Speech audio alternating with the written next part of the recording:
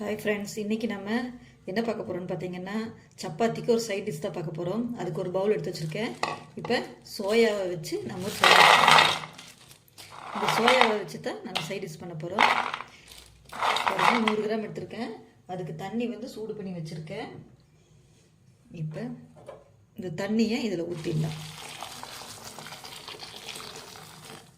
இது நல்லா ஊறட்டும். இது ஊறினதுக்கப்புறம் என்ன பண்ண போகிறோன்னு பார்க்கலாம். இது ரொம்ப சுவையாக இருக்கும். சப்பாத்திக்கு மட்டும்தான் இது நான் செய்வேன். ரொம்ப டேஸ்ட்டாக இருக்கும். இது எனக்கு ரொம்ப பிடிச்ச டிஷ்ஷு. உங்களுக்கு நான் செஞ்சு காட்டுறேன். வாங்க வீடியோக்குள்ளே போகலாம். ஃப்ரெண்ட்ஸ், இங்கே பாருங்கள். இப்போ அடுப்பத்தை வச்சு வடச்சட்டி வச்சுட்டேன். இது வந்து சீக்கிரமாக செஞ்சிடலாம், குயிக்காக செஞ்சு முடிச்சிடலாம். யாராவது கெஸ்ட் வந்துட்டாங்கன்னா உடனே ஒரு சப்பாத்தி போட்டு இந்த நம்ம சோயாவை வச்சு சூப்பராக ஒரு கிரேவி செஞ்சிடலாம். இப்போ பார்க்கலாமா? இப்போ வடச்சட்டியில் எண்ணெய் ஊற்றிக்கிங்க. கொஞ்சம் நிறையாவே ஊற்றிக்கிங்க. ரொம்ப சுவையாக இருக்கும். இப்போ எண்ணெய் நல்லா சூடாகட்டும். எனக்கு இது ரொம்ப பிடிச்ச டிஷ்ஷு. இதே மாதிரி நீங்களும் ட்ரை பண்ணி பார்க்கணும். இப்போ கடுகு போட்டுடலாம். எண்ணெய் சூடாகிடுச்சு. இப்போ கடுகு பொரிஞ்சிருச்சு. கொஞ்சமாக சோம்பு, மணத்துக்கு நல்ல வாசனையாக இருக்கும். கொஞ்சம் கிராம்பு, ஒரு சின்ன பட்டை போட்டாச்சு. இப்போ இது கூட 2 பச்சை மிளகா கட் பண்ணி வச்சுருக்கேன். 2 பச்சை மிளகா போட்டாச்சு. கருவேப்பிலை போட்டுக்கலாம். இப்போ ஒரு 3 பெரிய வெங்காயம் கட் பண்ணி வச்சுருக்கேன். இது சிறுதாக நல்லா எடுத்து கொடுக்கும், நல்லா டேஸ்ட்டு. வெங்காயம் நிறைய போடலாம். வெங்காயம் தக்காளி நிறைய போடணும். அப்புறம் ஒரு 4 பேர் 3 பேர் சாப்பிட்ற அளவு கரெக்டாக இருக்கும். வெங்காயம் நீல வாக்கில் கட் பண்ணி போட்டுருக்கேன். நல்லா வதங்கட்டும். ஃப்ரெண்ட்ஸ், இங்கே பாருங்க, நல்லா வெங்காயம் வெந்துருச்சு, நல்லா வதங்கிடுச்சு. இப்போ இதில் ஒரு 4 தக்காளி எடுத்து வச்சுருக்கேன். தக்காளி போட்டுக்கலாம். இதில் மெயினாக வந்து தக்காளி வெங்காயம் அதிகமாக இருக்கும். அப்போ தான் நமக்கு கொஞ்சம் திக்னஸாக கிரேவி மாதிரி கிடைக்கும். இப்போ இதையும் போட்டு நல்லா வதக்கிக்கலாம். இப்போ தக்காளி வந்து நல்லா வதங்கணும். வதங்கினதுக்கப்புறம் நம்ம மற்ற மசாலாலாம் அப்புறம் போட்டுக்கலாம். இப்போ இது கூட 2 கல்லுப்பு போடுறேன். கல்லுப்பு கொஞ்சமாக தக்காளி வதங்கிறதுக்கப்புறம் போட்டுக்கலாம். சீக்கிரம் வதங்கிடுவோம்.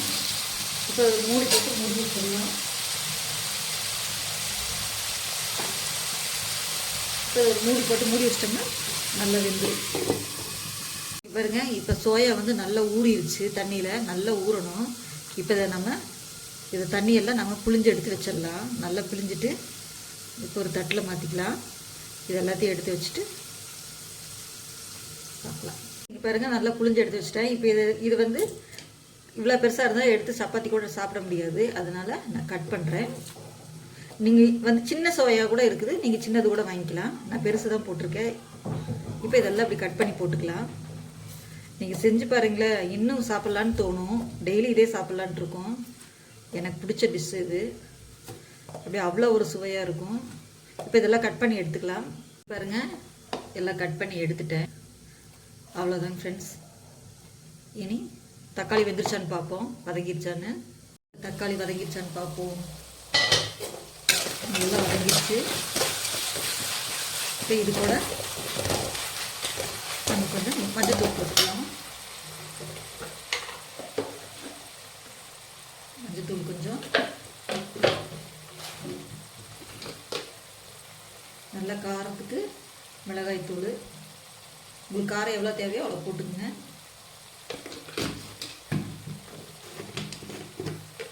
மல்லித்தூள் போட்டுக்கலாம். 2 ஸ்பூன் மல்லித்தூள்.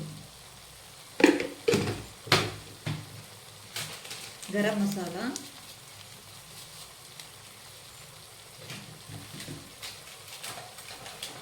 அப்புறம் சிக்கன் மசாலா. இதுதான் நல்லா மசாலா போட்டோம்னா தான் கிரேவி மாதிரி கிடைக்கும் நமக்கு. தேங்காயில் அரைச்சி ஊற்றுறது இல்லை நம்ம. இப்போ நல்லா பரட்டி விட்டுக்கலாம். நல்ல வாசனையாக வருது பாருங்க. நல்லா பரட்டி விட்டாச்சு. ஒரு 2 நிமிஷம் மூடி வைப்போம். இப்போ இந்த மசாலா வந்து கொஞ்சம் வதங்கட்டும். இப்போ பார்க்கலாம். நல்லா வதங்கிருச்சு. இப்போ இந்த ஸ்டேஜில்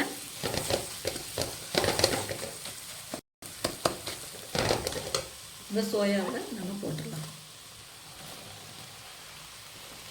இப்போ ஒரு பெரட்டி விட்டுட்டு தண்ணி ஊற்றலாம்.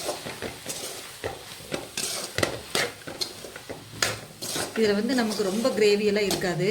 நம்ம இப்படி ஒரு பீஸ் எடுத்து சப்பாத்தியில் வச்சு சாப்பிடும்போது அவ்வளோ ஒரு டேஸ்ட்டாக இருக்கும் ஃப்ரெண்ட்ஸ்.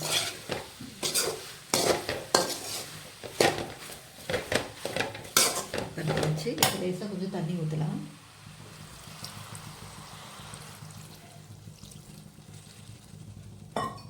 அளவாக தான் தண்ணி ஊற்றணும், தண்ணி நிறையா ஊற்றக்கூடாது. இந்த பீஸ் எடுத்து வச்சு தான் நம்ம சப்பாத்தி சாப்பிடியும். இந்த மெத்தட் வந்து சிக்கன் கிரேவி செய்கிற மாதிரி தான், அதே மாதிரி தான். இன்னும் கொஞ்சம் கூட தண்ணி ஊற்றிக்கலாம். இப்போ கொஞ்சம் உப்பு போட்டுக்கலாம். உப்பு தேவையான அளவு பார்த்து போட்டுக்கோங்க.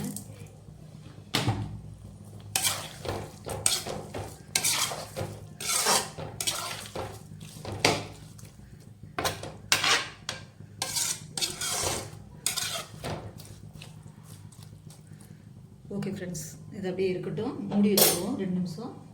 2 நிமிஷம் இருந்தால் போதும், டக்குன்னு சமைச்சு முடிச்சிடலாம்.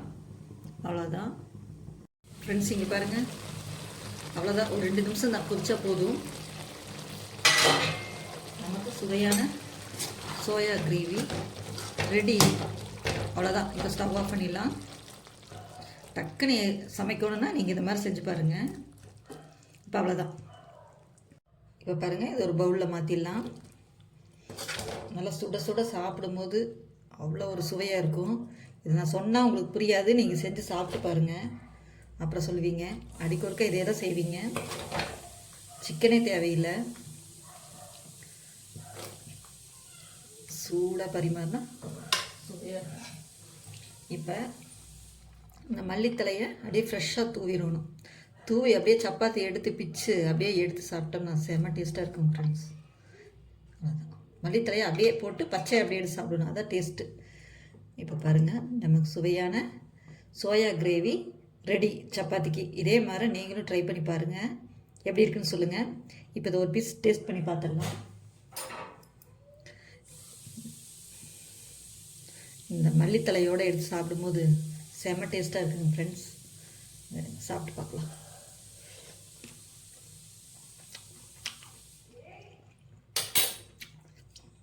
அருமையாக இருக்குங்க ஃப்ரெண்ட்ஸ். இதே மாதிரி நீங்களும் ட்ரை பண்ணி பாருங்கள், எப்படி இருக்குன்னு சொல்லுங்கள். ஓகே ஃப்ரெண்ட்ஸ், பாய்.